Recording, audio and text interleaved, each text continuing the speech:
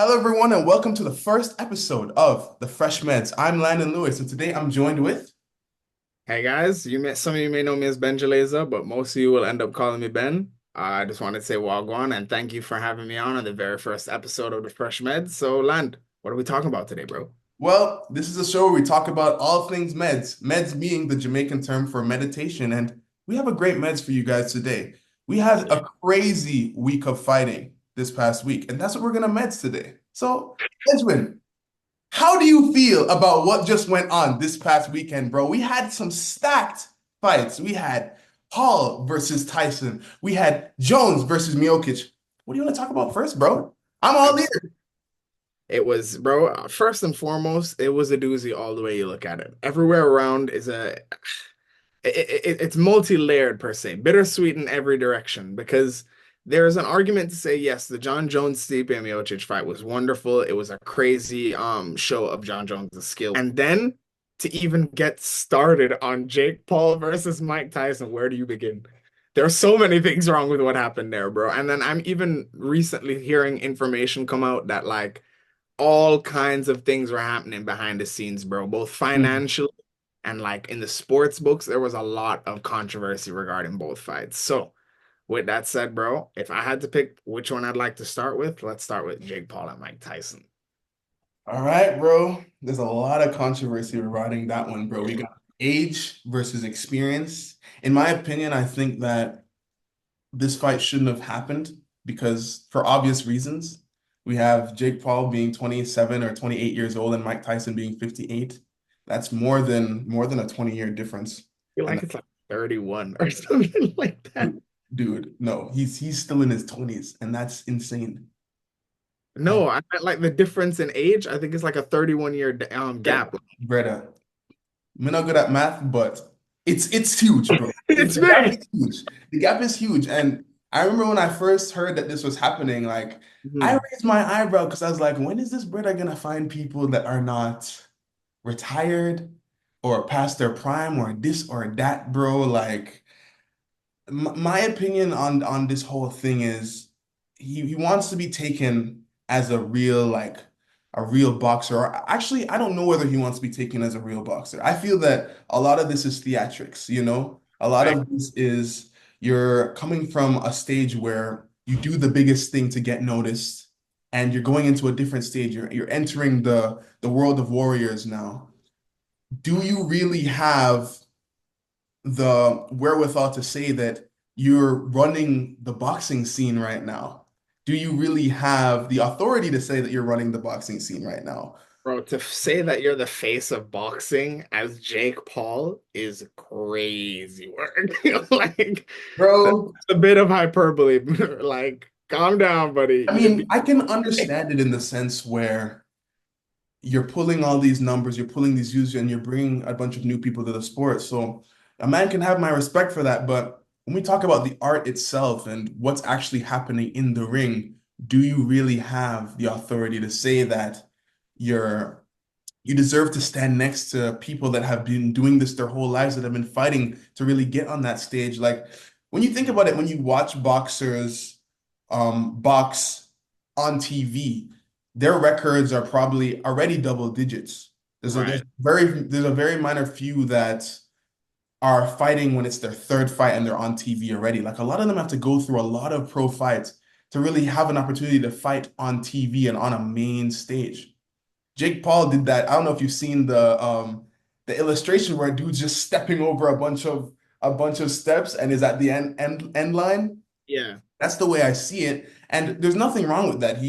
There was already influencer boxing scene with the first KSI versus Logan fight.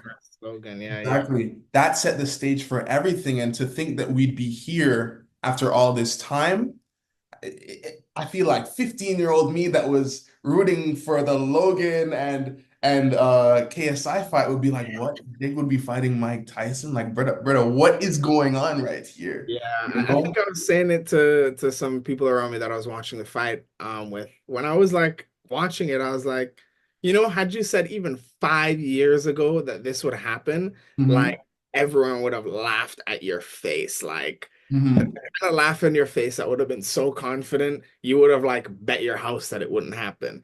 And then to be here was very surreal, especially because for me, seeing this fight was the reason, like, it was when I knew, oh, like, this shouldn't have happened for real, like, ever. Hmm. Like, I let myself buy into the marketing when I Right knew it on. was gonna happen, you know what I'm saying?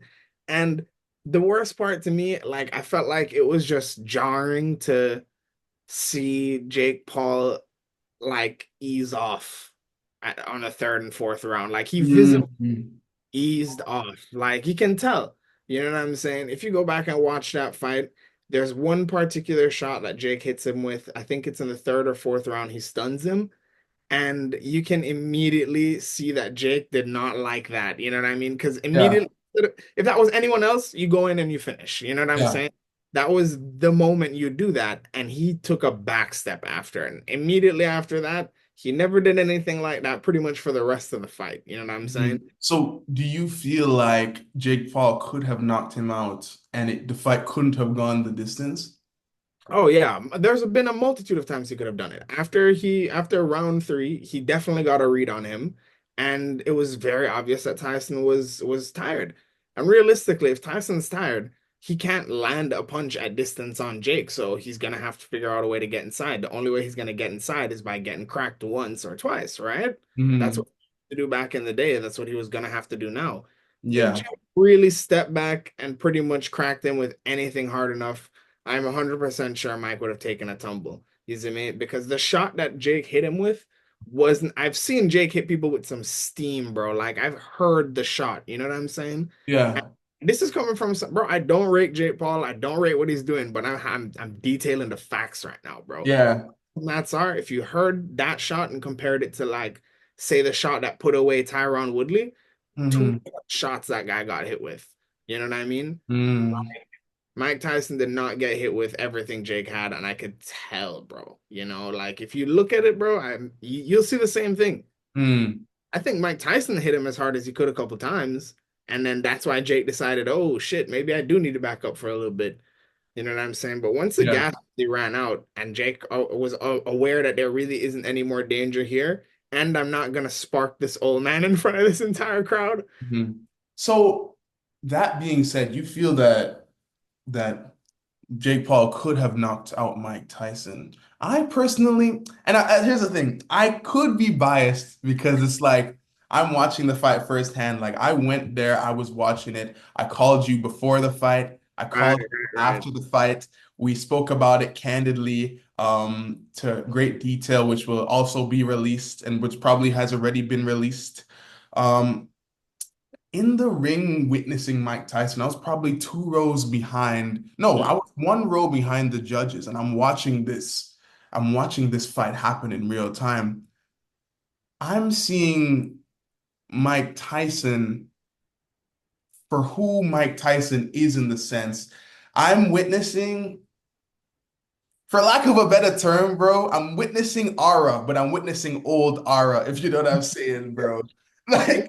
Like, like I'm watching him like do his best to try and stalk Jake Paul, but it's like as you watch these things, it's like I feel like we all had the same type of feelings coming into this.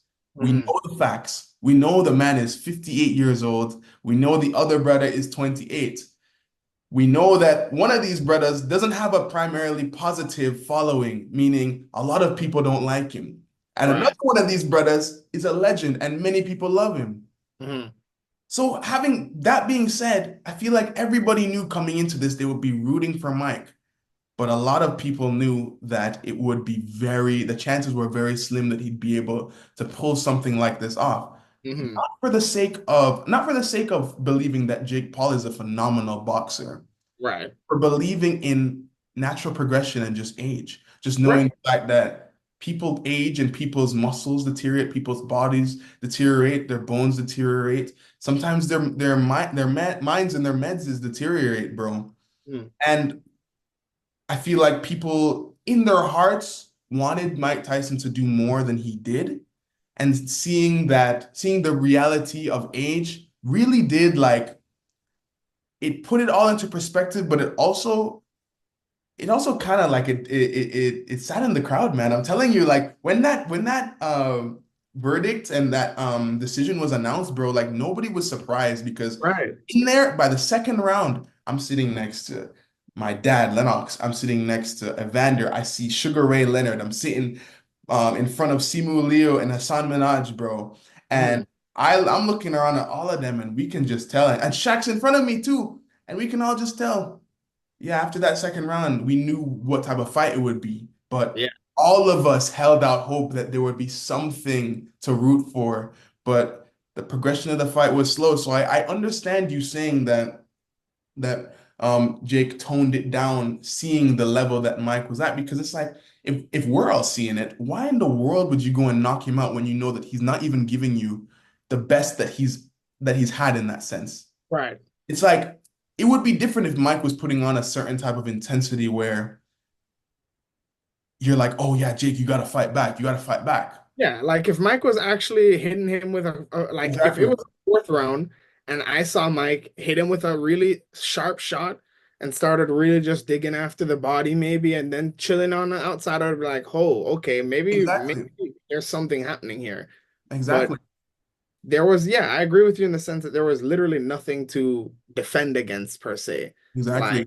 mhm. It just put into perspective age, bro. And I feel like Jake Paul seeing that, knowing that, and seeing the lack of intensity, it just didn't make sense for him to put on the pressure because then he's looking like even more of a dickhead, bro. Right. Like people already think negatively about taking a fight with someone that age, whether they're a legend or not. I understand his Mike Tyson's name on paper, but we all understand the reality of that. Yeah.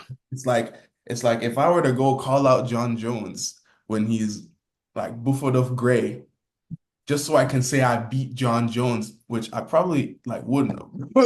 Like being completely honest, like, but still, like people would obviously say, like, bro, look at the age. Look at the age. You're younger. Da, da, da, da. It's just natural progression. It couldn't have been Jake Paul. It could have been literally any other person. Anyone. That's Yeah. the whole big controversy. It's like, I don't like, even after I watched that, if I were to be the one in his shoes, I couldn't have been proud. I could have been proud of the work I put in, the money I've made, the way I was able to sell this fight.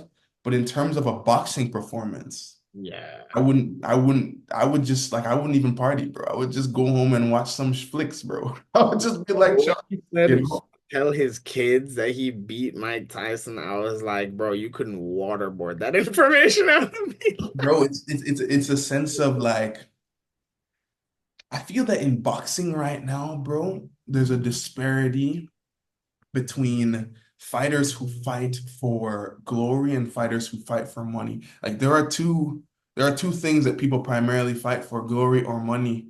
Yeah, And for many of Mike Tyson's era, it started with money, but it turned into glory. yeah, And I feel that currently in the boxing scene, there are more money fighters than there are glory fighters.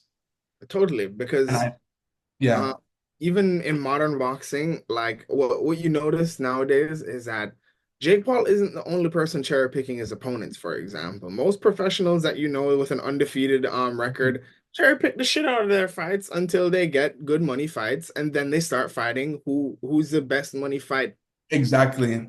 rank, you know? So it's not even like literally I'm gonna fight the best guy, I'm gonna beat him, and I'm gonna be the best guy, and then I'm gonna find the next best guy. Like they don't do that like in MMA for the most part with the UFC. It's generally like that. Yeah, I will admit we obviously have superstars that jump ranks and stuff like that, Yeah. but that is also just business. You see me? Because if you can sell more tickets at the end of the day, you can sell more tickets. But most of the people are incentivized on just getting better and getting to that belt. You know what I'm saying? Like that's the pinnacle of the sport, and that's the only way you can really make it. And honest, like that's what I respect MMA a whole lot for, because MMA, you have those mandatories. Like if Dana said you're fighting this guy, you're fighting that guy. Pretty much. That's the And only if you if contract you fulfilled. if you're trying to get out of it, it's like you look like a wally, bro. Like what type of thing is going on here about you don't want to fight him? Don't you want to be the best?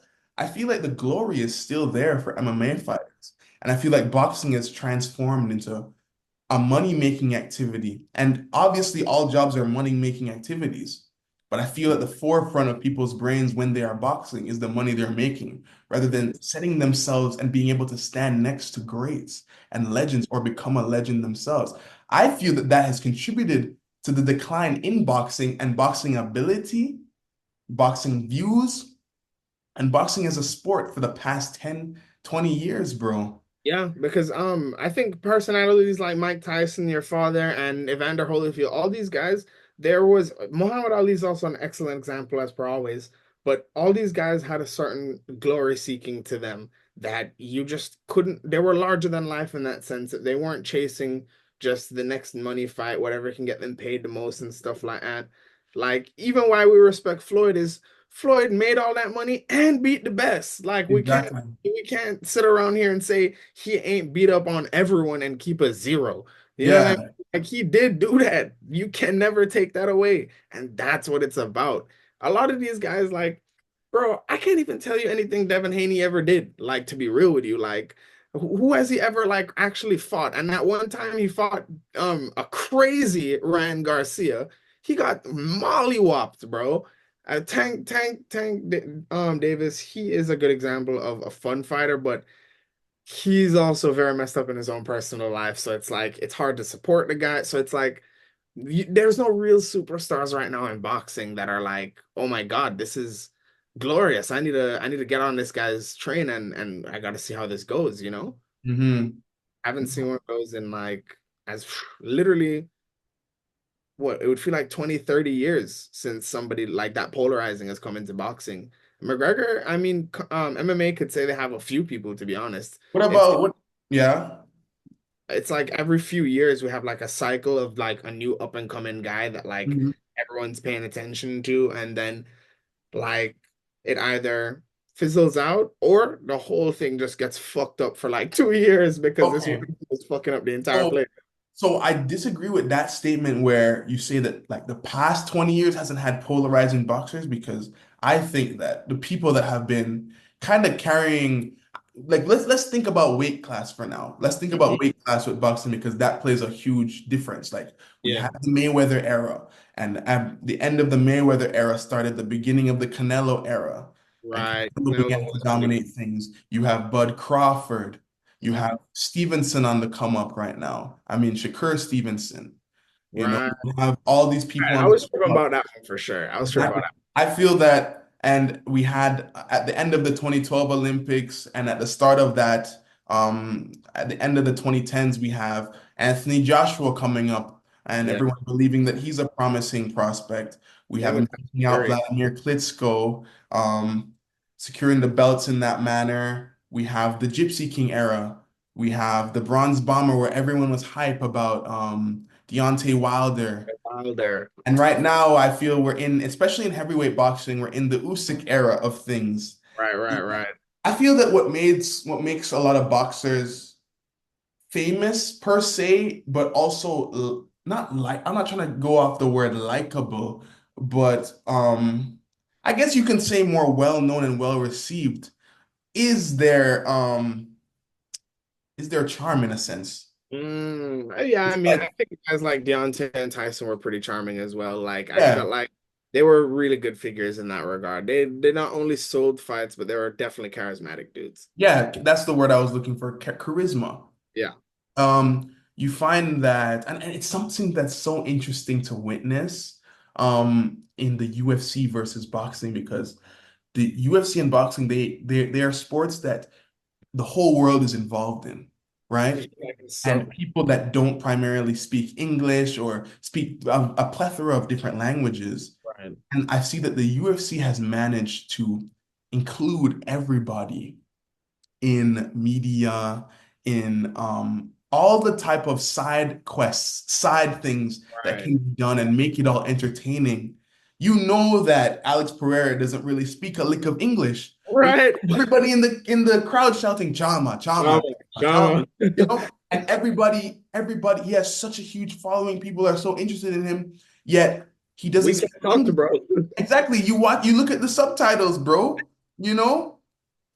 But Facts. it's fine. It's fine. And I feel that boxing, the broadcast for boxing definitely do need a more, entertaining side, I feel that the boxing broadcasts are still stuck in the past in a sense, where I see that UFC has made its way into a futuristic type of broadcast to where they do numbers on social media, they do numbers, they do, and people are always talking about UFC, UFC, UFC to the point where I saw an interview. It's like people don't know about any other fight league. They think that No, bro. UFC is MMA. They think that UFC is MMA. They don't know about any of the other ones. I can't even tell you what they are. I can tell you a few of them real Yeah, quick. tell me.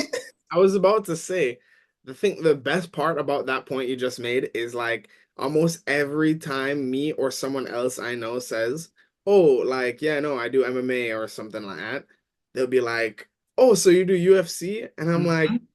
that to me is incredible.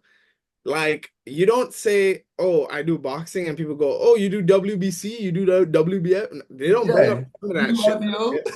Like they literally say, do you do Ultimate Fighting Championship, my nigga? Yeah, Yo, literally. they have no idea that like there's a sport name and this is just a promotion. Like it's just that in people's heads. And I think that's an incredible thing. But as it pertains to it, PFL would be the Professional Fight League. I think that Yeah. is, I won't say the second biggest because Hmm. I think maybe Bellator or One Championship would be considered the second biggest. But the most money is being made over there by the fighters, it seems. Like they all have like really good contracts. They have all kinds of like $1 million championship tournaments or whatever. Like it's Hmm. supposed to be somewhere where fighters get taken care of. But that's where Francis Ngannou is right now, and Yeah. apparently it's going well. Um, I think he ended up moving because he just couldn't take Dana White anymore and like Mhm. not receiving what he felt he was owed. Yeah. But Jon Jones is definitely a demon in multiple regards. Like outside of his many controversies outside of fighting, he's literally just holding up the heavyweight division at multiple points, like not fighting for extended periods of time and like not vacating the belt and not defending it against the people like next to like he really cherry picked Miocic if you ask me. Miocic is like, Hmm.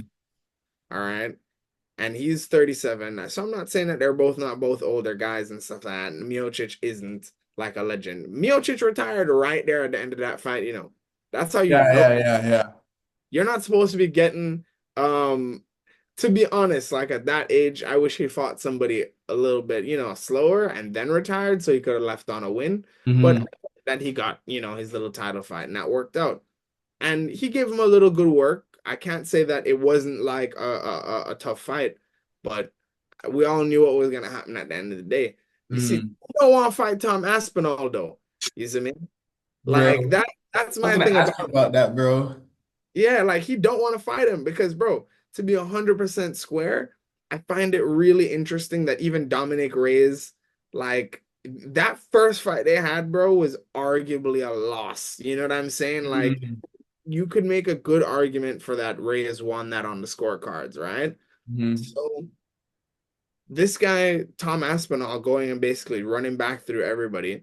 And like, I'm pretty sure he's like number two on the contender. Why is number eight getting the title shot? Why isn't number two getting, he's interim champ right now. What am I even Here's saying? the thing. I feel that Jon Jones has reached the point in his career Hmm. where he can call the shots in the sense of if you hear that Jon Jones is fighting, bro, the arena is stacked either way. No Yeah. matter whether he's fighting a 95-year-old Mike Tyson or an 11-year-old Jake Paul, bro, Hmm. like everybody's gonna come to watch Jon Jones fight, bro. You know what I'm saying? And it's like Jon Jones, I saw an interview. The man said he was like, "Yo, I'm not fighting Aspinall unless I get like fuck you money, bro." Hmm. And it's the sense where it's like he solidified himself as the GOAT. Jon Jones is Gojo right now, bro. This guy I, is I Satoru really do Gojo. feel it will be debatable till like the more you know, I feel like it becomes debatable, more and more debatable if Jon You Jones think so? time. Seriously, I think there's a bigger argument for Demetrius Johnson being the greatest UFC fighter of all time. I'm Just talking heavyweight, bro. even at heavyweight, bro, you could say that Stipe Miocic is the greatest heavyweight that has ever fought Mm. because first and foremost, he has the most title defenses of the Mhm. heavyweight belt. That in and of itself is crazy. That belt Yeah, changed more hands than everyone. This is yeah. like Jones, what, second or third? Yeah. With that being said, he used to be at light heavyweight, and it was really cool back then as well when he was doing his thing and holding the belt and whatnot. But there is a lot of different things that Jon Jones has done over the period of his career where first and foremost, like he's an open cheater as well, bro. Like he cheats. You know what I'm saying? He cheats Mm. in a multitude of fights by eye poking and stuff like that, bro. Like he does it and it's very purposeful. Like how does someone accidentally eye poke so much? It just doesn't happen, bro. As someone Mm. who has felt those gloves in your hand, if I want to poke you in the eye, I gotta try. You see me? Yeah. Unless I'm genuinely creating a frame with my hand out like this and you run into it, I can see how that's an accident. I gotta try to stick my finger in your eye. All right. Yeah. I'm usually gonna want to punch you in the face more than Yeah. anything else in my hand, right? So I don't understand why all of it, bro. I remember he stuck his opponent in someone's eye one time and they lost 30% of their vision in that eye, bro, after their fight. Like I remember seeing the interview, I think it was Oven St. Preux or someone like that. Like there's an interview of one of his past opponents losing eyesight, bro. And it's Mm. like the steroid argument, like there's a lot there that could be considered tainted history per se. Mm. So, with that being said, you can look at people like Demetrius Johnson or Stipe Miocic. Stipe Miocic is a firefighter outside of being a UFC fighter. Okay, he's a full-time firefighter. He don't Mm. get into no trouble. He just love his wife and save people, and win belts and Yeah. defend them and keep the division moving. You know what I'm So, saying? so how do you feel people can gauge who is the best, or how people can rank who is the best UFC fighter? No, I definitely think if we go and we look at the absolute exact skills and look at nothing less but how he performs per fight, right? And we take no chance, right? We look at everything Jon Jones has done in fights. I would definitely say he has to be like top three or top two. No, no, no, Mm. top three, because I still think two people are ahead of him, right? Khabib Nurmagomedov and Mm. Demetrius Johnson. I Okay. think those two are the smartest things that have ever fought in fighting so far. Okay.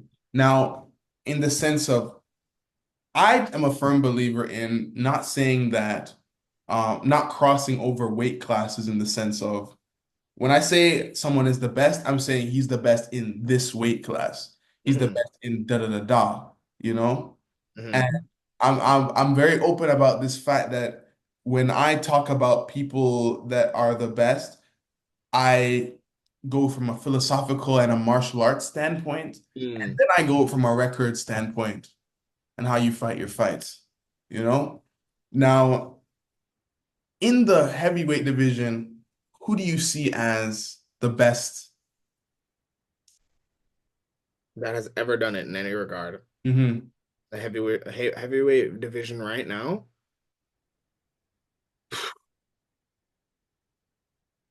I'm somewhere between Francis and Stipe, and I Mm. definitely think there is an argument for Jon Jones. You see me? I'm Like surprised that you don't feel that he's the best, because I don't know that's because what the world is. there's a lot of different ways to look at it though. You get me? Mm. Like especially if, for example, if you don't consider clean fighting an attribute, Yeah, right? Then that's one more point to Jones because at the end of the day, taking away your opponent's vision is excellent warfare. You that see is, me? You and can that's get the away thing. with it and do cheap shots. It Yeah, is excellent warfare. You see yeah, me? But it depends on what I define as the best warrior in that regard. You see me? Or the best fighter. You see me? And we're in the UFC. I'm gonna base you on how you fight with the rules given to you, my nigga, not how that's you. true. You know what I'm saying? If it was by how you bend them, then I would start looking at all the times Jon Jones did like dirty things, and I would go use it back on people. But bro, like at the end of the day, like this is a job too. You know what I'm saying? Trying Yeah, to take anyone's eye out. This ain't Gladiator, bro. You know what I'm. yeah, yeah. So when I keep that stuff in mind, it changes the argument a bit. So That's when we find the best, we have to think about it and like, all right, let's say an absolute best in the sense that if I had to say the absolute best to have ever fought in terms of sheer capability of beating everybody else up, then I think Jon Jones in his prime, maybe not right now, but in his prime could probably beat anyone else in the Mm, world. You know mm, what I'm saying? Because with the skills that he has, plus his ability to be dirty and the psychology behind it, I think he can basically kill anyone else in the world, hand to hand, mm, you know? mm, So he would be the best heavyweight, right? In that regard. But the best UFC heavyweight, I don't know if I'd call him that. mm. Best man on the planet, maybe. But, So I think there's a difference. let me ask you a question. So, you know how they always say, like, no matter what you're good at, there will always be some guy in the shadows that's better at it than you. Yeah, He just ain't famous enough, or he don't be putting himself out there for real. Like, right. do you think that Jon Jones and all these UFC fighters are just the tip of the iceberg for real? And there's a whole different underground. I think I just got my next story idea, low key. No, that is I a don't cool. care. I think to you, I'm like, oh my gosh, that would be such a cool story. Yeah, no, because it really would be. Because I mean, I'm thinking about it, and I think the odds are relatively slim. And the only Mm, reason I say that is because these guys that are here at the pinnacle of the sport have the time yeah, and resources to keep themselves doing this. that's true. So if you were doing quite literally anything else but fighting and not being paid for it, then you don't have as much time in the game as these guys, simply said. Mm, And maybe you have this sheer crazy natural God-given ability. There are a lot of UFC fighters with that too, that just do this. You know what I'm saying? because So you have to be able to fund your own movements. yeah, you'd have to be able to fund that amount of Like, I'm True. talking about training at the highest level. And then these guys who live in the gym basically train 2 to 3 times a day, when they're in camp, once every day when they're out of camp, Yeah, depending on who you are. Some yeah, people are retired and train twice a day yeah, still because they can, right? So with that in mind, every single one of those training sessions those guys are having, and you have to be at work, yeah, still getting better than you every single time. You know what I mean? yeah. So I don't know how much raw talent from just some dude in a salt mine that has never thrown a punch before Mm, can translate because Francis Ngannou, yes, you can say that he did just, did some crazy shit and then found a gym and he was just insane. He's also a crazy genetic specimen, but he got taught how to fight and yeah. his gym has to be able to hang with other pro level fighters of his True. level and escalate and escalate and escalate.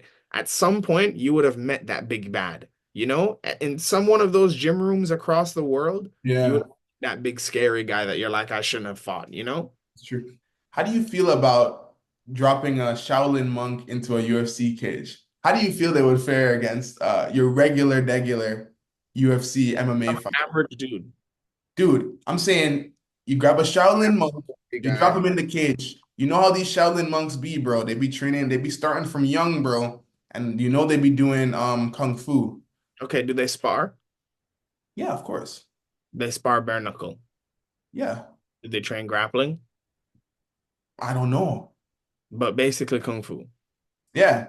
And they're pressure tested in that sense that they condition and they train. Yes, bro. You have you seen these videos? These men they be having their hands like this and they're punching their rocks and this and that and this and I've that, seen bro. some of them, but like I've heard from a lot of like ex-Shaolin people that like not like personally, but seeing in different videos from certain people's experience that not everyone is sparring. You know what I'm saying? Like That's fair. not every temple like spars. So Yeah. there are genuinely guys who do all this crazy conditioning and stuff like that that will get mauled by the average dude at my kickboxing gym. So wait, so how do you feel about that? Like, do you think that there even is the slightest chance that you can drop a Shaolin monk in an MMA cage and they can just Do it. I absolutely think MMA guy? if you come from a background as a Shaolin, like you're in a Shaolin temple and you guys train and hard spar, um, like let's say from you're 13 all the way till you're 21, I feel like I could pluck that 21-year-old and Yeah. put him in the UFC and I Hmm. could make some run-of-the-mill UFC fighter, and if not, get mauled. I don't think he'll get mauled. At the very least, I think you should be able to give him some work because Hmm. you have the conditioning of like, getting hit in the fucking face. But outside of getting hit in the face and knowing what that feels like, continuing to think and continuing to execute plans and move and breathe and Hmm. keep all of those things in mind. You would have had that in your formative years. So it's basically all this kid knows. He doesn't really Yeah. know anything else but combat. Yeah, they study and stuff like that, and they'd be thinking, but like physically, when it comes down to like things that he can do in the real world, like exacting in the world, like fighting is one of the few things that they, just be doing to other people. It's not like they go out into the world and socially mingle and stuff like that with Yeah. everybody. This is their, you know, communication in a sense. So he'll be good at speaking the language, is what I mean. Will he be able to beat somebody who's been fighting specific pro level competition? I can't guarantee, but I definitely think he'll give him a run. The reason why I asked that is because you know that martial arts is very much ingrained and ingrained with life. Hmm. And I say they follow each other in a parallel line. Like as your life progresses, your martial arts progresses your life, and your life progresses your martial arts in the sense of philosophy, in the sense of how you interpret information Right. and how you receive it and how you respond.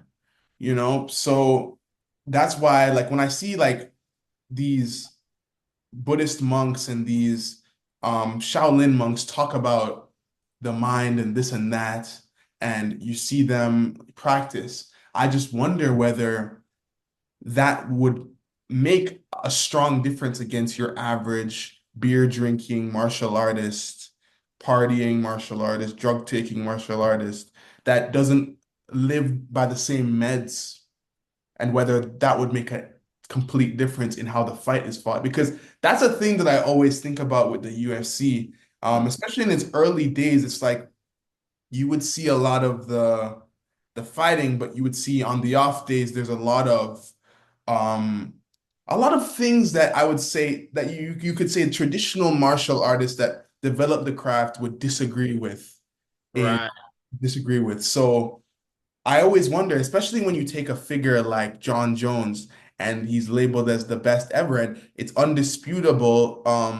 It can be argued, but it's undisputable from a majority sense. Right. Um, just seeing, like, I would love to, like, if I was ever in the room with him, just ask like, what type of meds do you have when you're in there? Because I feel that fighting is very much spiritual as it is physical, bro. Because like You can you're find looking at the every. brother in his eyes. You have to always be looking at his eyes because it's the weirdest phenomenon. You'll be sparring, and I remember, like, I'll tell this story of mine. I remember I was sparring, and when I first started sparring, my father is looking at me, and he's like, "Yo, stop looking at his hands, man." And I was like, "What do you mean? Like, this is where the punches are coming from. I have to look at his hands." And he's like, "Look him in his eyes." I said, "What? What? The eyes can't do me nothing. The eyes aren't doing me anything.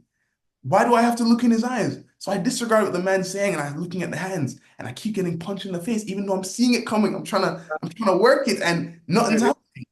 And then I start looking in the man's eyes, and it was like, I don't even know how to describe the change that happened. Mhm. Like, you've never seen Bungo Stray Dogs, but in Bungo Stray Dogs, there's this character, I don't remember his name, but there's this character that can see 3 seconds into the future. Oh, He can okay. predict moves. Mhm. And it reminded me, when I watched that show, it reminded me of back when I was sparring, because it was like when you're looking into a brother's eyes, it's almost like a switch flips where you can anticipate what's going to happen next based off of the eyes and then the shoulders. And like you start up and then you go down. So you look at Mhm. the eyes, and all of a sudden I'm dodging punches that I was getting hit with before. Like I've opened up an inner gate, and I'm like, what has happened? I like the only way I've ever been able to reconcile it in my mind is a spirit to spirit battle, and you're seeing things like it's no longer just physical. It's no longer physical because your eyes are the window to your soul, and you're staring at the brother's eyes when you're fighting. It changes from the physical battle to a spiritual one. That's the only way I can describe it, because that phenomenon, like when I realized he was right, I was just like, "Bomba clot, bro. What I type of thing think is this?" Like that's when I really realized that fighting was deeper than it seemed. Like a lot of casuals, they'll go and look at boxing, they'll look at UFC, and they'll go and watch it, and they'll be like, oh man, I could do that. Why Right. is he doing this? Why isn't he doing that? And then they go in, they're like, yo, like this isn't no ball game. That's why people start fights or they begin fights with such pride and arrogance, and by the time it's done, they're like, they Holy. they only have humility. And the reason why they only have humility because there's no space for pride in that fight. You're no longer human in that fight. Yep. You're something else, bro. And depending on what you believe in, my personal belief is that when you're in the fight, you're it's a battle of will, it's a battle of spirit, bro. It's not a battle of this or that. Yes, your body is helping you, bro, but we know that it's 90% mental and 10% physical. I think spirit is a part of it, and I think it's interesting because I'll let you in on basically how I see these things as well. Hmm. Because I've always skipped the eyes step because I lie with my eyes already. So I skip the looking at the eyes step because I don't trust anyone's, you know? Hmm. I start at the chest level because you can see their shoulder dynamic, their body and hip dynamic all in one. Hmm. And that essentially tells you everything you need to know from every micro movement. Essentially, Hmm. someone needs to move their hand, their shoulders gotta go sometimes. If Yeah. someone jab outward, even from a snap jab, it happens from your shoulder. So, like, there can be no telegraph per se, but like something has to move for these extremities to move. You see? Yeah. So, for example, I can't tell you how many times I've been blasting low kicks staring at someone's leg just for me to stare at your leg the next time and kick you straight in the side of your head. You know what I'm saying? Like, Understandable. because there's a lot more range of vertical motion. So I feel like in boxing it is that much more intimate where you can just look at each other eye to eye basically and still see Yeah. everything to worry about. But in MMA I gotta worry about like literally the entire thing of you, Yes. the entire picture of your body. So I have to be thinking about where your feet are, like even just off the feeling of motion. Like, you know, when you're in a clinch and your heads are on opposite sides, so you literally have to feel where you two are. Yeah. Imagine both of us are also still trying to throw and knee each other in this Yeah. instant. And that's what I give you guys credit for because I have to claim ignorance on that subject because I don't know. Like I've never fought MMA where I'm Mhm. able to kick, I'm able to knee, I'm able to elbow. So I don't know the type of mentality that you would have when you have to worry about so much more. Mhm. I'm coming from a boxing perspective, so that's what makes sense to me, but I completely get where you're coming from. But I Mhm. will always say, and I will always like, actually, no, before I even say it, what do you mean? Like, I think I get what you mean when you say you lie with your eyes in the sense where you'll look at something else and then you'll throw something else. Mhm. The idealist and the philosopher in me wants to be able to believe that I couldn't be tricked by something like that. But then again, you see it happen so often that you Yeah, can never because really claim it unless you see something else. all right, basically the way it works is like, you know, at the end of the day, people can look at you any way they want to and still be lying. And yeah, you Mhm. can look into someone's spirit, but you never really know someone's spirit. Some people's spirit is deceptive. You see That's me? true. Some people's spirit is to lie to you. All right. Hmm. So the moment I'm in a fighting, particularly even in playful sparring, like what I'm good at is lying. Like Hmm. with the feints that I'm throwing, how I begin to throw a punch and how I end it, like I'm pretty good at just lying about what I'm doing. Hmm. I feel like sometimes I am lying to myself about what I'm going to do about certain things to make it even more sporadic in particular moments, right? Because I tend to find that it's almost like a line of code that's writing itself, but when I can interfere with it, like I try to make it as, I guess, encrypted as possible. You know, Hmm. no one really knows what's going on but me, and sometimes I don't. You know what I'm saying? Yeah. And I think that's why it makes me difficult to fight with in basically anyone near my weight class because like everyone always says I'm tricky. Like I Hmm. always have some foolishness pulled up my sleeve. Like Yeah. literally, I'll do the incorrectest most thing to do in the moment to Incorrect. no, like literally the most wrong thing you could do in that moment, just because you think I wouldn't. You know what I'm saying? Yeah. Like slip completely inside, like I'm gonna throw an overhand, But no, I just took a shot instead. Like, you're really not supposed to slip Yeah. inside like that. You'll eat a knee. But just because you thought I wouldn't do it, I did it. You Mm, know? mhm. So because of that, and I've had people do it to me on numerous occasions, just straight up like Kaz, my coach, don't ever believe what his eyes are telling you because it's lying at all times. It's lying. Like, yo, when you see into his spirit, more time, he'll be looking directly at you and do everything else. You know Mm, what I'm saying? And then sometimes if he changes his gaze, it could literally mean absolutely nothing, or it could mean mhm. a lot of things. Yeah. It's just lying all the time. Like he just genuinely can't trust it. Even the stances that he takes, he'll Yeah. take a nice stance for a moment and shoot from it. And I'm like, okay, that was unnecessary. I didn't need to be like why? Yeah. You know, like if we're just training cast, chill.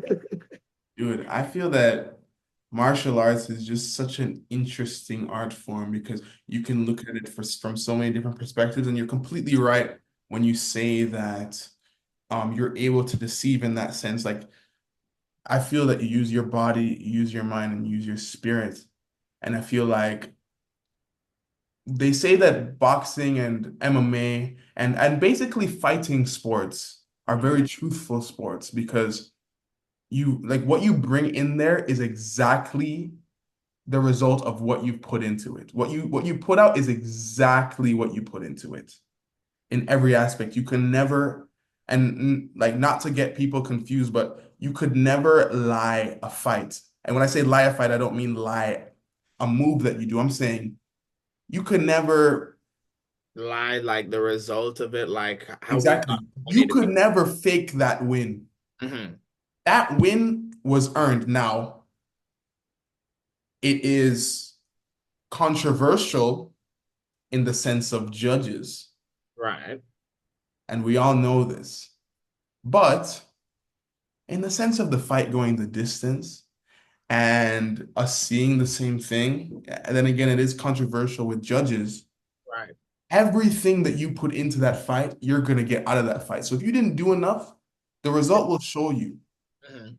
If you leave that fight and your ribs are hurting, you're like, sure, we never protect them strong enough, and I never did enough training for that. If you're gassed in the second round, you know why. You You know very why, yeah. exactly. With other sports where it's a team, your teammates are able to pick up for you where you lack. Right. In Or the lonely sports like martial arts, you have to be there for yourself 110% of the time. because And yes, you do have your corners, yes, you do have your people in your corner telling you what they can do, but at the end of that minute break, that 30-second break, back to you. it's you in that cage, bro. It's you in that ring, you know? And that's you and God maybe, but you, bro. You know what I'm saying? And it's Yeah. like that is just such an interesting thing to think about And I because actually point to add as well, because I feel like with spirit being a part of all of this, I definitely think it's a part because sometimes no matter how much spirit you have, it doesn't matter as well. that's Like true. And we like saw, okay, yes, continue. even on their like on the opponent's level, they may have nowhere near as much spirit as you, but that skill at the end of the day, in combination with everything else, is what's going to determine it. That guy Exactly. will just happen to outweigh how much spirit he had by a long shot, and it happens. You see me? Some people beat you up and they don't care.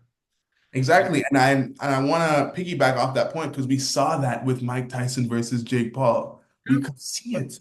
And I'll never forget it when I looked, I walked into the dressing room, bro. I'm with my father, Evander Holyfield, or my father and just Evander Holyfield. They walk in there, bro, and I'm just seeing, like, I'm looking into this man's eyes and I'm just like, oh, like I thought I understood the fight game. I thought I understood what it took. Looking into this brother's eyes, it made me feel like I didn't understand a single thing, bro. And it sounds crazy considering what he did in that ring, but I'm a firm believer in what you just said in the sense of you can have as much will and spirit as you want, but your body can just not agree with you Yeah. sometimes. That was a prime example with his, like, he's 58. What did we expect? But when I'm looking at this brother, What bro, were we thinking? like I'm looking at this brother, I'm like, yo, I can see all the years and all the pain that you felt to get to this point through your eyes alone, just with you standing there with these gloves on. And when I was looking into the ring, I could see it all in his eyes too. I'm 2 rows back. I can see this man knows what to do. He can see it all, but his body just won't agree. That's why I feel like he was biting the glove. Now, you can have your theories about why he's biting the glove. You can say, like, my glazing ass in my mind is like, yeah, he just trying to keep the animal in for real. Like, he just like, don't even mind Mike, bro. He trying to stay dormant for real, bro. He don't want to kill this guy. He trying to spare this guy, but like real Medz, bro, he could literally just be trying to tap in to what he had before, but maybe he's just in a different part of life because you also you can't ignore this fact. When they were fighting years ago, they were fighting for something. They were fighting for being undisputed heavyweight champion of the world. They were fighting for, I want to beat this guy. You know what I'm Right. saying? I want to be the best there is. They in that age, in that 90s, 80s era of boxing, the only big name that people wanted to aspire to be like was Ali. He was the most influential guy. And then you have all these guys coming after that are trying to top that. They're trying to become better. That's why I say it was about glory. And they had a fire that was lit under their eyes, or a fire in them that they just came to conquer. They just came to take souls, bro. And you can see that in Mike's eyes, but maybe it just changed. Maybe being off for so long changed. Maybe being with his family, being able to reap the benefits of what he's had. Maybe money wasn't enough of a motivator to actually pull out that fight. And I'm not saying that the age wasn't also a factor in losing, but I'm saying maybe that's why we didn't get as big of a performance as we used to. Not just age, but hunger. What Mm-mm. was what was needed and what was wanted. It's like, think about it from this perspective. What in the world does Mike Tyson gain from beating Jake Paul? I mean, other than feeling like he turned back the clock, some money, I guess. Money. Now, how many times have you seen Mike Oh, Tyson? he would low key be like the first person in history to do that shit, though. That would have Exactly. been a story. Exactly. But in retrospect, like, you know, It was never gonna happen, but it exactly. It's was a like thing. it wasn't that big of a thing on people's radar. Oh, he's doing it for the old people. Like, no. Hmm. Realistically, he's going in there. Only thing he gains from it is money, and he beat Jake Paul, and people don't like Jake Paul. That's it. People get what they wanted to expect. You know what I'm saying? And with this sense of things, it's like maybe money just wasn't enough of a motivator. You've seen Mike Tyson do interviews where he says, money isn't this, money isn't that. I threw away my belts, they're just belts, blah, blah, blah. He don't care about the material. So Yeah. what could be possibly, what could possibly be the air that is fueling that fire for him to really care about beating Jake Paul? I don't Because know, maybe he genuinely missed the bright lights. maybe that could be it too. And maybe even losing the fight was enough for him to feel happy too, because I he was mean, able to just see because he didn't himself get in that fucking situation sparked. again. Huh? Just because probably because he didn't get fucking sparked on live television. Exactly. Yeah. You know what I'm saying? That just like there are many ways to look at the outcome of this fight, and I feel that if we look at it from a binary perspective, we miss out on all the many factors that go into this because I feel that I don't even feel like it's too complicated to be honest. It's like people watched that and they knew off the bat there's nothing to be proud about on either side, win or lose. No one's It's gonna say that Mike Tyson is a bum because of this, because we've seen Mike Tyson at his best. We know the reality of life. He's old. You don't expect him to win. You want him to win, but you don't expect him to win. right, right. Nobody expects Jake Paul to be some sort of god at boxing for beating a 58-year-old Mike Tyson. You know? Nobody wants that. Maybe he wants to believe it himself. Maybe it's a delusional thing. But Maybe to the me, work Jake Paul in personally, the back will cheer him on for that brother, one. all I'm saying is I feel like it's just marketing and I feel like it's all just business because I don't feel like a rational thinking human being can really do that. It's like or believe that about themselves when you know that there are people your age that are hungry that you're not fighting. It's about the eyes, it's about the clicks, and I understand that, and hats off. But I feel like when I was younger, when I used to hear that certain influencers were claiming just royalty in us in this sport, it would annoy me because I'm like, brother, what the heck are you saying? You've done nothing. You've done nothing. But as I've gotten older, I've just thought it's because you understand the psychology of those type of things. It's like there's no way that he actually thinks this.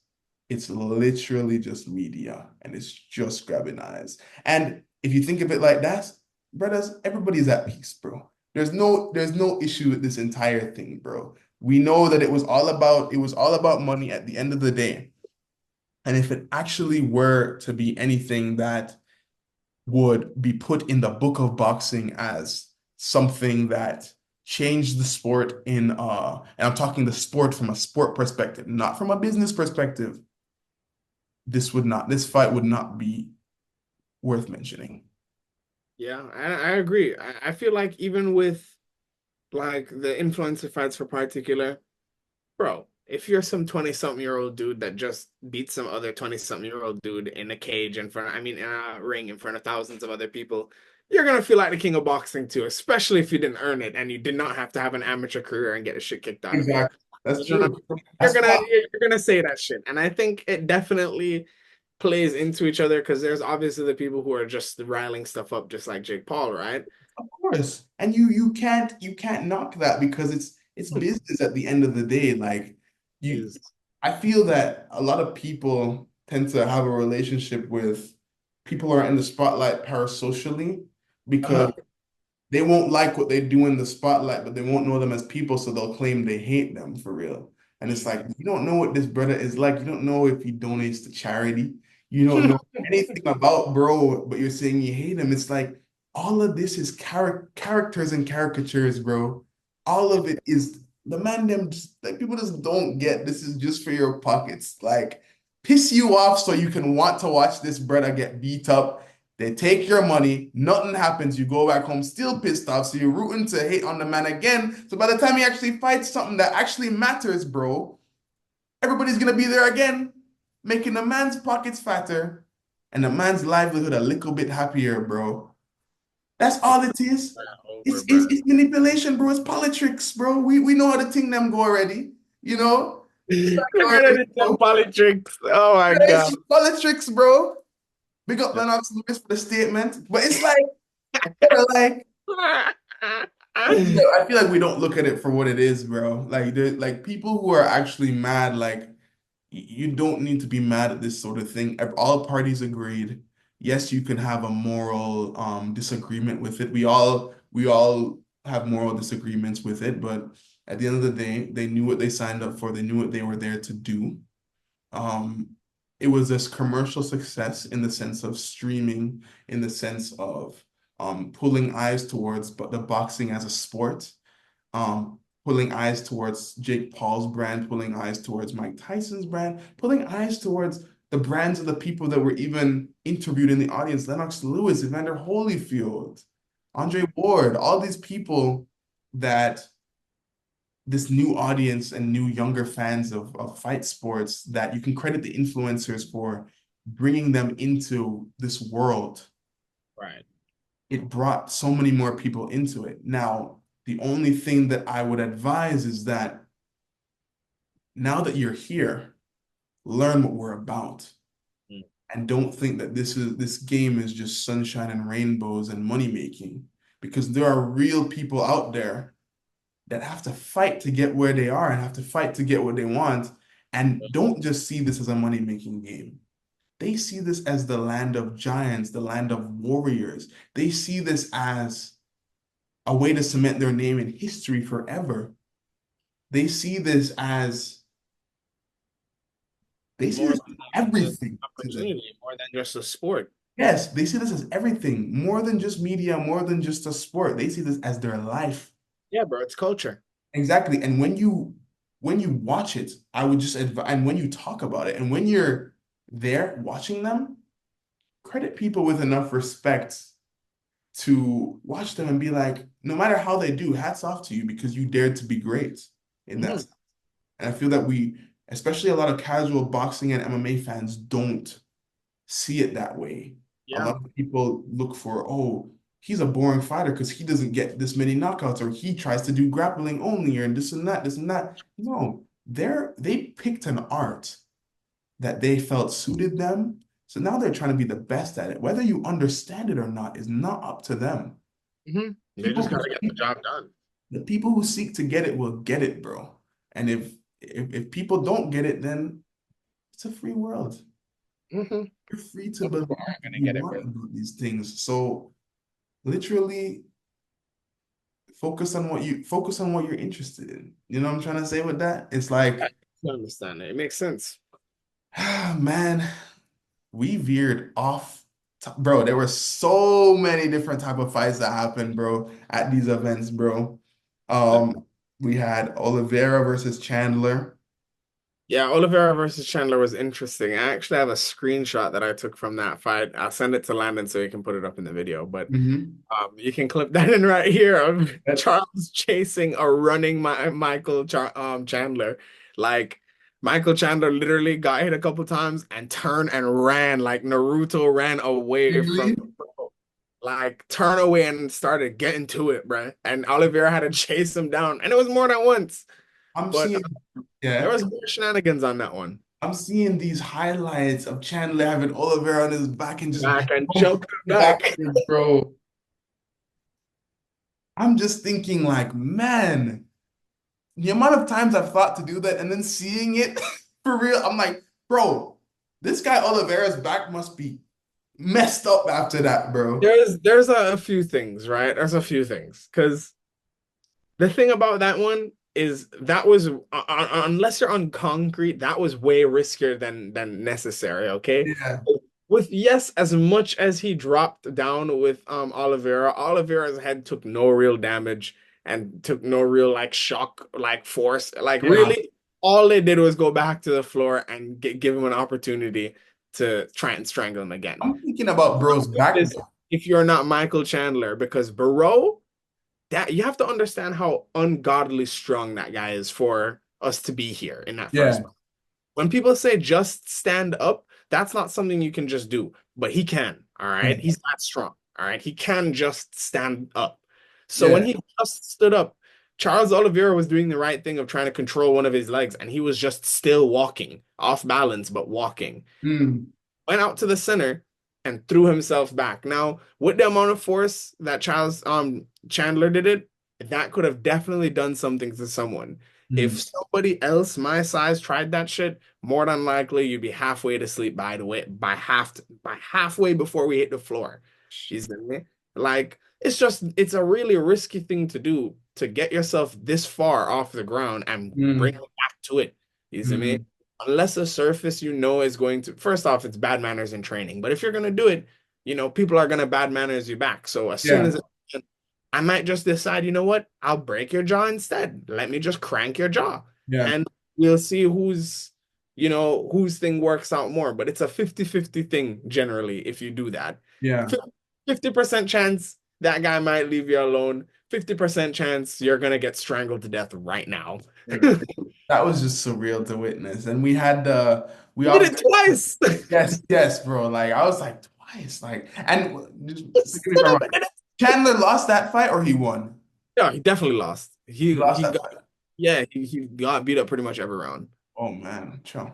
I wouldn't say beat up on every round. It's definitely competitive, Yeah. but he lost for sure. Okay. And we had the Jones versus Stipe fight. That spinning back kick, like when I was watching it, bro, you could like when you heard that, bro, I'm like, "Bumbucka." Like I thought that was liver, and then I realized liver is left side. So I'm like, that was just pure stomach, bro. He hit him on the rib. Did you Bro, see the rib jerk back, bro? yes, bro. You That know that. I saw a post that said that Jones did a Bruce Lee method. Let's say what? I saw a post that said that Jones did a Bruce Lee method, which means like he said in an interview that he practiced that kick like 10,000 times because he was thinking about that Bruce Lee quote that you don't fear the man that has practiced a bunch of different moves. You fear the man that has practiced the same kick Thousand times. 10,000 Yeah. times, you know? And the fact that Jones did that and he secured that, I feel like that just bigs up Bruce Lee at the end of the day. Like I always think about how Bruce Lee is one of the most, if not the most influential martial artists, especially to the West. Oh, yeah, I He agree. really brought a lot of martial arts over to the West. Hmm. And he brought all of those philosophies here. And I definitely do not think that the UFC and a lot of MMA tradition would be here without him. Because I, like look at that. Jones, the one that people are saying is the best ever right now, bro. the Said that Bruce Lee that philosophy. finishing move was off of a philosophy from Bruce Lee, bro. Mhm. That is literally crazy. And I think what makes that shot so beautiful is because when you look at the setup of everything, it was just the right shot for the moment. Like I saw him, I feel like he threw it out there earlier. And the moment he threw it that first time, I was like, I see what he's trying to influence here, Yeah. right? Because essentially, when you do a spinning back kick with your right leg, you're gonna catch someone going out to what they think is your weak side, Yeah. right? Because you don't want to go towards my right hand. So I'm gonna swing around and catch you on the other side as you come out, right? Yeah. So I think he did it with his left leg in that instance, because I think he was in southpaw when he did it, because I feel like he hit his right rib, right? Mhm. Because liver should be this side or is it this side? I can't remember if it's on my left or my Liver is right. on your right side, I'm pretty sure. Right side. So it hit him on the left. That means he was probably cycling out and got hit with a right foot then. So yeah, it was probably orthodox. But I imagine he just kept cracking him in enough of those times on the outside where he was just Stipe was like, yeah, I need to cycle on out of here and Mhm. get out. Like I can't take any more of this. And as soon as that he started cycling, like I remember seeing John's twist that leg and I was like, it's done Yeah. because there is like a step that you got to take in order to make that full like turnaround. You Yeah. kind of point your toe toward your heel towards that person. And the second I saw that pivot, bro, like he just swung it around and jumped to the end, and I was I'm like pretty I could sure, feel the force just by how he did it. You know what I'm yeah. saying? I'm pretty sure he said that's the strongest kick of MMA. Is that true? Probably is because of the amount of like kinetic chain that goes into it. Because Mm. I can't think of a single kick that you can get more torque in than jumping into a back kick. There's just Mm. so many muscles that you're activating. First off, have you heard Joe Rogan do a spinning jumping back? Yes, you mean the gunshot kick, bro? Yeah, bro. Like there's a reason it sounds like that, and it's because of how much muscles he's using at the same Yeah. time to do it. Because I imagine with a spinning hook kick, yeah, you can get a lot of torque and that's all well and dandy, but it's a swing, right? Hmm. Now, when you think about the way you can lift the most weights with your leg or create the most force, it's a push in it. Yeah. It's not swinging your leg around. You can't do that as best as you can push your leg out, right? Yeah. So that's why I use teeps or front kicks to stab. So in this instance, that back kick is generally like a karate or a taekwondo move to keep people away from advancing Oh. stuff like that. That's generally how they use it. Or you cover a lot of distance and shoot it out, right? But with Mm. that spinning back one, especially how it's used in MMA, it cuts off cycling, right? You usually catch someone on the way on either direction of which they're trying to leave, right? Yeah. So with that spinning back kick, he can spin his whole body into building that torque up and then shoot it all throughout like his upper lower back to Mhm. I think it would be the upper and lower part of your glutes, and then all the way down to your thighs and hamstrings, straight back into that person's rib. You see me? Like all in that one motion. It's just woof, in that big push. You get me? So that is truly like the most rib breaking kick that I could imagine. You know what I'm saying? Mhm. Like Yeah, bro. Me spinning would back kick is a definitely finishing kick. I've been finished with those a few times. I used to have have. this the spinning back kick. I've been liver shot. The first time I ever got a liver shot, it was with that. Really? never forget it, bro. I was sparring with this guy Bruce for my first fight. So he's like 160. I'm like down by 135 getting ready at fight weight, right? Yeah, And bro, I'll never forget. I kept having to like Mike Tyson my way in, right? yeah. So I didn't feel confident in my kicks at the time. I didn't really use any kicks like that. So I'm really just boxing people at this point, right? Mhm. So at this point, I've gotten enough jabs on him where I feel like, all right, the next go, I'm gonna go for his ass. And he must have timed me or some shit, bro. But the second I took that forward step and that forward jab to go, he spun around into that shit immediately, and I walked in and going like the sound was like Mm. no stopping it. The sound happened, you know. And bro, And I that take 2 steps back, and my coach goes, "Is he gonna go down? Is he gonna go down?" And I go, and he's like, "He's going down." that's, Literally like Timberman again. that's comical, bro. Uh, Dude, like I know that people always say that kicks are stronger than punches, and I always knew that, but watching Jones kick Stipe like that, bro, confirmed just the reality of just how strong kicks are, bro. Because as I've said, I've never been kicked like that. You know, I've never probably I've never even been kicked strongly, period. So yeah. seeing that drop him like that, and it's not even in his liver, he got it. I was, Mhm. and seeing how his body just contorted, bro, and how the man just, bro, like, ugh, Bro, what it was was that, that's bro? a bad, bad man, brother. Brother, like, Bro, no that kick must have had the bueno. force of 3,000 fucking RPM in it, bro. Like that was crazy. He just hit that shit. Bro, Sparta kicked him, bro. Mhm. Big Bro, Sparta and kicked with that said, like that's why I like kicks and stuff like that. Like it's always like something I bring up, especially when I talk to boxers and stuff like that. I'm like, that's one sensation that him. I feel it for the first time, you'll immediately be like, oh, I see why people talk about them. You get me? Yeah. It doesn't matter if next time I see you, if I kick you 20% to your calf, not even, you'll immediately understand, oh, I don't like shins touching my soft bits. Yeah. Like like I don't know how else to describe it, bro. Like Mhm. your muscles just become soft bits when a shin comes in and smacks them. It's not like getting punched at all. But I remember there was a time where I considered, I was like, man, I don't think I'm interested in boxing. Maybe I'll do MMA to really like utilize my own violence.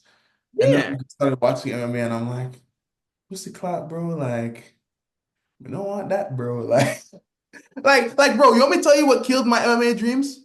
Mm. Watching Cyborg versus MVP, bro. I watched that shit in person, bro. I was there in London. That's When I traumatizing. seen that knee come up and crack this man's blood-cleat face, bro, he looked on my father, I bro. need the editor to put a clip of that one up here, Brother. but And when I saw, bro, it's like you don't even know what was going on. And then you go on the internet and you see, bro, I'm like, what, 8 at the time? Getting older, and I just see how bad that was. I was like, nope, nope, that's done. Goodbye. My mother called me a handsome young boy. I didn't want to jeopardize that. I didn't want her to be wrong at the end of the day, you or know. eight when you saw that, bro. Brother, I watched it in person. That was that fight, not in 2012.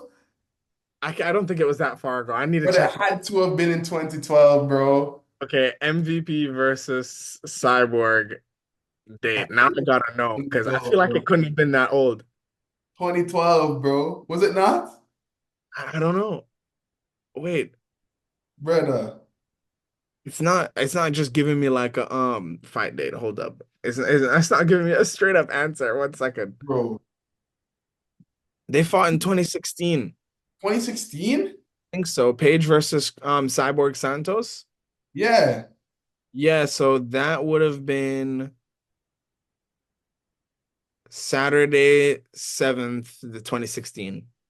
What? Yeah, so it's 2016. You're a bit older, but still traumatizing. Where was that fight? Was that in England or Las Vegas? It was in the O2 Arena in London.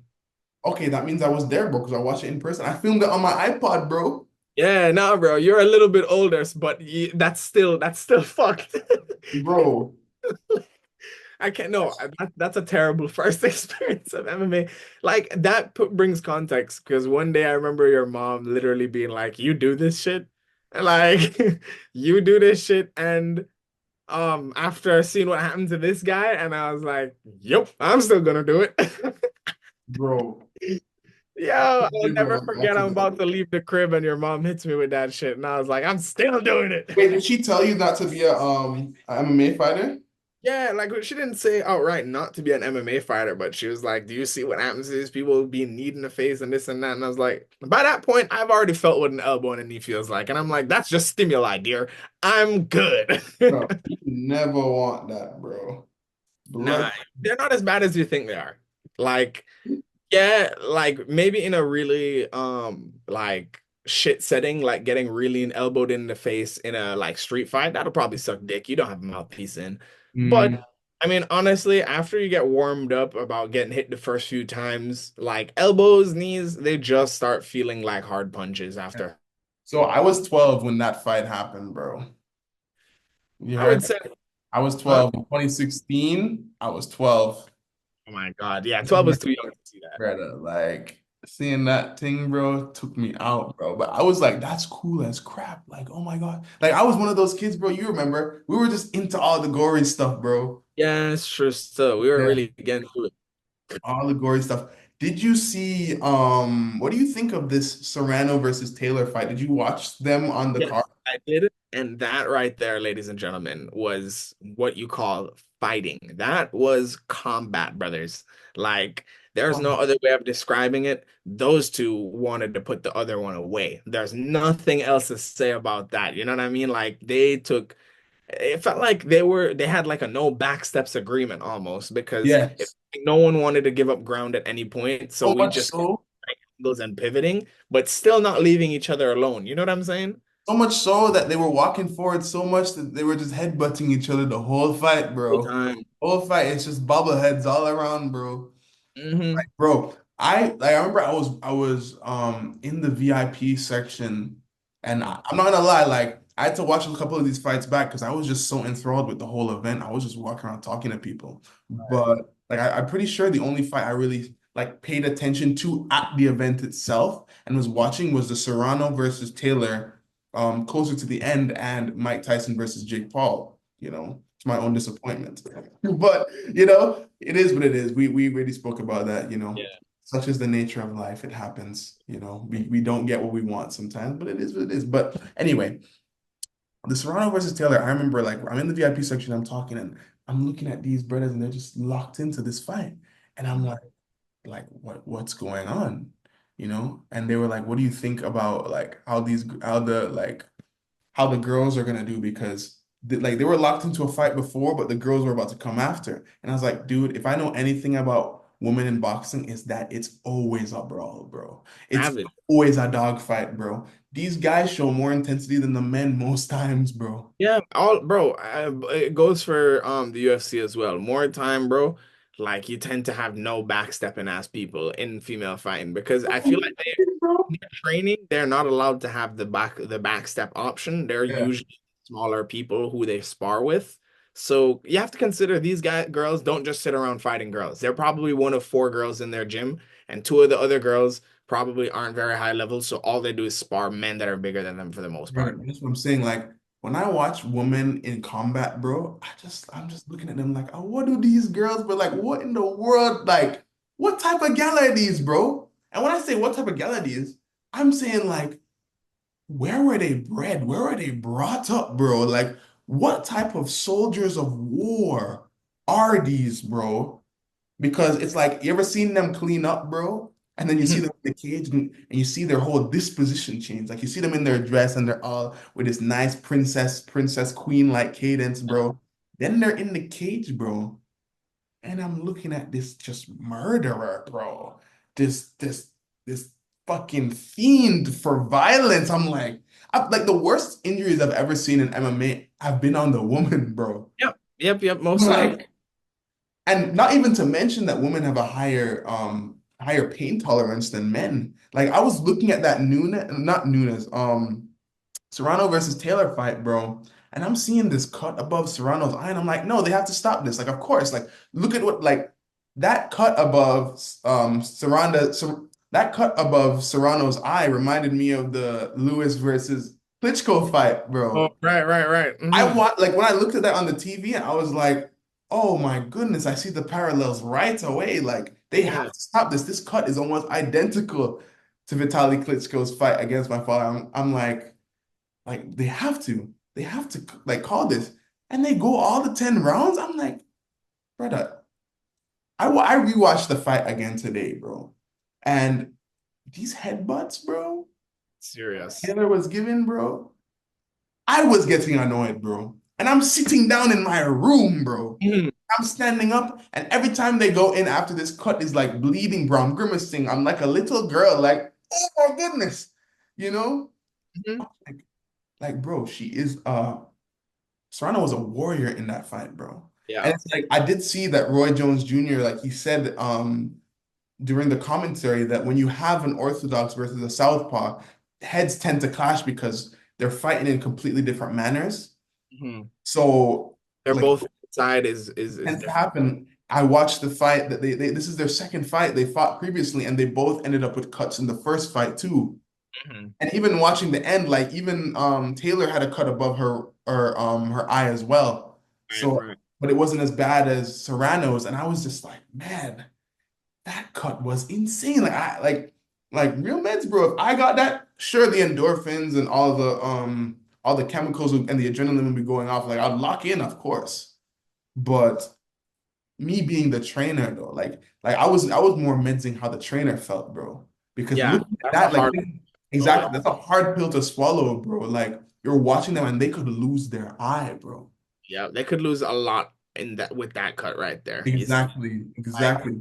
you could lose like a whole chunk of this shit if it really goes bad. You know what I'm saying? Exactly, bro. And I was just like, hats off to Serrano for that because that was a dogfight. And even though I had a feeling it would be, it blew away my expectations, bro. They Like always people do. were on their feet, bro, in that arena. They're like, yo, they're going insane. That was the talk of the night after the main event happened after Mike Tyson v. Jake Paul. Like, yeah, that fight was disappointing.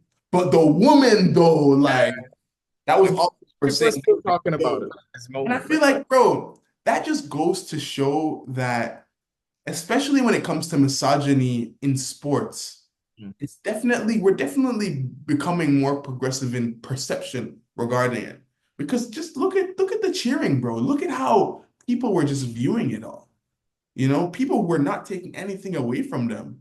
They were like, if I were to pick the stars of the night, it would be them. Could be them for sure. Be them. And nobody is saying anything bad about it. They're just like, yo, hats off. Hats off to you guys. You Yeah, know? bro. I mean, I think there is an argument to say that some people give them additional props because they're women, and I think that's Yes.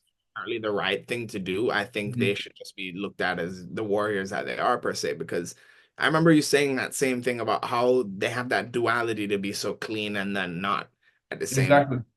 It's the same compartmentalizing that allows me to hold my girlfriend like she's a baby and then manhandle someone else's son and make him like squeal and then take his arm off and all Mm. while I'm enjoying it. You know what I'm saying? Like there's a duality that every fighter on this planet has to happen where you have your peace, where is peace, and even, just the glam cleanness of it all. Especially when you reach their level, there's especially as the women, you have to present a certain way to be famous, you know. Hmm. So they have to use that skill additionally. A lot of some fighters, especially in UFC, bro, are not pretty, but they make it work. You know what I'm saying? Like they find ways to feel beautiful and confident in their own regard. And that's just beauty is in the eye of the beholder at the end of the day. Like I It's not my definitely problem, it's someone else's. I definitely don't believe in saying this person's pretty, this person is ugly. It's really just people are just people and they look different ways, bro. And whatever you find attractive is yours own. But when we generalize people's looks, bro, that's when we draw the lines of judgment and draw the lines of pride and in vanity and all those sorts of things. And I feel like that's a problem that we definitely are steadily getting away from. But I feel like it's always somewhere riddled in human society. I don't think it'll ever go away in its own way. I think they're Yeah. they're they're going to be characteristics of larger generalizations that people make. Brother, us as humans, we're always gonna try and find a way to Separate ourselves. separate ourselves and separate ourselves from each other, bro, because togetherness. togetherness is the way, but that's what the enemy does, bro. You know what I'm saying? Subversion and that. Huh? Subversion and that. Exactly, bro. It's like we know the pathway forward is together, but it's like we have that capacity for negativity as we do for positivity. So when we try and draw away from each other, we try and draw lines between each other, and that's where all the ists come from, bro. The sexism comes from, the racism comes from, bro. The classism comes from. It all comes from that root of wanting to see yourself as better, wanting to believe that your life is worth more than another's. And it definitely does come from a seeking of a sort of meaning. Mhm. Um, but I feel that as long as the positive exists, the negative will always have an adversary. Right. And as long as we keep an adversary, the fight's still going. So, In other news, I feel like there's another fight on the card that has taken a bit of attention among the media headlines, and that is the fight between Goya and Nunes, bro. oh, my word. How did you feel about this one, bro? Oh, let me get. Oh, jeez. I don't even know where to start. Man, bro, it's like literally, all right. When I first saw that they're both like, not like professional boxers, like their whole lifestyle stuff like that, I Yeah, was like, okay, cool. A fun influencer fight. I'd love to see a little scrap, you know what I'm saying? Like, not a yeah, box, but two people swing dinging, you know what I'm yeah. saying? Rock'em sock'ems today. All right, cool. Two Tuesdays start. And the man them are using slick head movement and like straight punches, not a lot of loops. When they loop, it's with accuracy and with technique. Mm-mm. But they also throw very sharp hooks, very sharp uppercuts. I'm like, look at these guys, like they look like they know what they're doing. Yeah. And as it continued, I really realized how much they knew what they're doing because, most amateurs are gonna start fading, like most like literal amateurs, not people in their amateur careers Yeah. they're gonna start fading at like rounds 2, 3. Not very used to adrenaline yet, so sitting down on the stool and getting back up is still new to you. There's a lot that like goes into it. You know what I'm saying in terms of like Mhm. dealing with like actual adrenaline and stuff like that, because you don't really get that pumped up in the gym, you Yeah. know. But usually that's where you kind of see people start to fade off and their skill usually goes lower, right? But these Yeah. guys literally just kept it going. I don't know what they were doing in their preparation, but they were taking it as serious gets because these guys seemed like they both did like 10 rounds at home to make it like easy tonight. Because they kept a pace and sometimes felt like they increased their pace in the later round. Mhm. I felt sometimes Goyak caught second wins.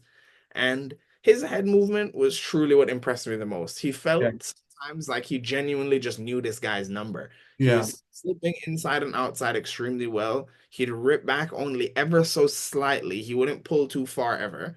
You know what I'm saying? And bro, his roll unders and he was slipping uppercuts, bro. I hate to see when people slip uppercuts because of how dangerous it is. You know what I'm Yep. saying? The way he was doing it so perfectly, it was like, wow, how can you hate on this guy?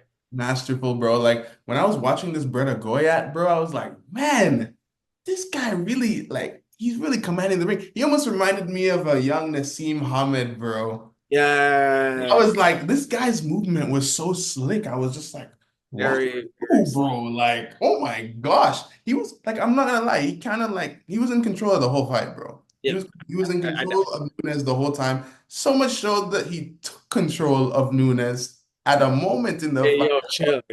Brother, you saw that, right? I was like, Yeah, yeah, yeah. He did a little Humpty Dumpty on that little rump. Humpty Dumpty and fell off the wall, if you know what I'm saying, bro. Oh, Like, I was like, what's going on there? Like, I remember, I wasn't even paying attention, bro, and I just heard the crowd go, oh! And I look up at the screen, and I just see this man humping him in the corner. I'm like, we're at a boxing match, right? like literally, bro. I don't know if I could have taken that one. If that was me, I'm turning No, an MMA fight. Like, no, that's what I'm saying. Like, I would like, please get your get back, Nunes. Like, oh, please. I'm opening the next round with an elbow. Brother, Like, you could have never end that fight with a man doing that to me, bro. uh, Like I would have I'm had to, saying, bro. I would have had to get back before that, bro. That would have flipped a switch, bro. I'll take the DQ. I'll take the DQ over that. I don't. I'm losing already, This shit will turn to a ground game after that, bro. Like he's on peak, Yo, bro. I was like, what? Like, what? I'm about to get a stoppage on ground and pound, but like in a boxing match. Yo, that shit was crazy, bro. But like, first and foremost, hats off to Nunez. I think that's how you pronounce the name. Yeah, It was Nunez, right? Yeah. The hats off to Nunez for just being there, bro, and being a good dance partner because yeah, not like he sat there and took it laying down, you know, yeah, like yeah, yeah, fought yeah. back the entire time. He fought back well, crisply, and yeah, it happens to the best of us, bro. You get beat, you know. Like there's nobody in this world who has ever ascended to this level at some point and lost at n no capacity. You Yeah, know, yeah, I'm sure Floyd Mayweather at some point in his career lost in the gym, and that's why he started winning. You know, exactly. Oh, how it completely. works. Bro, So.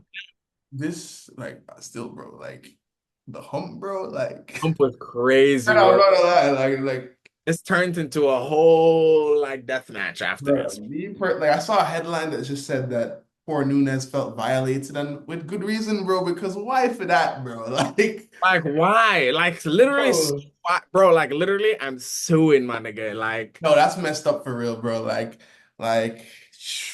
it like, just didn't look right. You know, oh yeah, it's you put on a good show, bro, but and come it's on, on bro, the internet like, now. Like, it's a whole thing, bro. It just didn't look right, bro, and it's not good for anyone. yeah, go yeah, you put on a good show, bro, but come on, have some respect for your opponent, have some respect for the game, bro. Like, damn, I'm That not was gonna lie, like that Adrian Broner was did that fire, shit once, you know, huh? bro. What did you say? Like this isn't new, bro. Adrian Broner did that shit one time. I don't know to who, bro, but I remember the first time when I saw I that, bro, remember he did I that was too. like, Now that you said it, yeah. ooh, bro, ooh. I can't imagine why someone would think that in their mind. Brother, it's the white things, bro. The white things will catch the man them. It's a pride thing, bro. Like you don't want them to do that, bro. Like Bro, it's literally no, but still, like, there's worse taunts you could do that don't involve you putting your bit on his. Like, yes, bro. just admit, like, You could I have could just like imagine literally looking over him, like, while he had his back in the corner like that, or just like giving him a pat on the head, like you sunned yeah. him. Why Like, you have to do some that, prison antics, bro? no, like, prison antics were crazy. Like, Like Goya was having too much fun after leaving the home country, bro. He's like, I'm in America. Time to do it. You know what they say, bro. When in Rome. in Rome, But then use again, we don't know, bro. We were in Texas, bro. Like, I don't know much about Texas, bro. But let's not blame them for that, bro. His antics are his own, but not in my book, bro. Uh, I want to apologize to Nunez on behalf of Goyat, bro. From the boxing community, we support like, you, bro. That same. was fucked up, bro. We are with you on that. I feel bad, bro. That was messed up. But you know, it was a good fight. It was a good fight. Very, very good pugilism in that fight, bro. Surprisingly enough, very good pugilism in Serrano versus Taylor. You know, we already know that Mike is a born and bred pugilist specialist. We know that he knew the fight game from young. He was brought up through it. He thrived in it and he dominated through it. We know that Jake Paul is continuing to try to break out in the pugilist scene, in the Right. scene of boxing. He's continuing to try and get credibility, which I feel he'll definitely only get if he fights at his level, which when I say level, I mean at people at the same age after the same thing as him, where people can undisputedly consider you as someone who is actually trying to make your name for yourself in this game. Because I would definitely say that retired athletes, no matter how great they are still retired and old at the end of the day. So whatever type of pedigree that they had isn't the same as You what have you're right fighting now. them at now exactly. So I feel that he will continue no matter what he does, if his opponents continue to be of that upper age range, no matter how great they used to be, he'll continue to not get the That respect in the sport that he wants or doesn't want. Maybe he doesn't care for respect in the traditional sport of boxing and wants to really own the influencer boxer scene. And that's an entirely different conversation that you can have respect for. And in that sense, you can say, yes, you're at the top of the influencer boxing scene, you know? mm, But in the sense of the boxing scene, there are many more names that are worth being mentioned that have a better resume, that have more hunger and more pugilist skill that are underrated and not seen as much currently. And yes, Right. we live in an age where clicks and media and views are everything, but in the sense of the art itself, there's a lot in boxing that, even though it's a dying sport, is yet to be discovered. And when I say that, in the sense of the sport's innovation and moving with the times. And I feel Yeah. like that is a good place to end off. Benjamin, it was lovely talking to you on this first episode of the Fresh Meds. I am completely and utterly sure that this will not be the last. Oh, And completely and utterly sure this will not be the last. I hope you all enjoyed this first episode, and we'll see you in the next one, all whenever that right. will be. Whenever that'll be. Yo. And that will be, well, and that was Fresh Meds. Thank you for watching, everyone.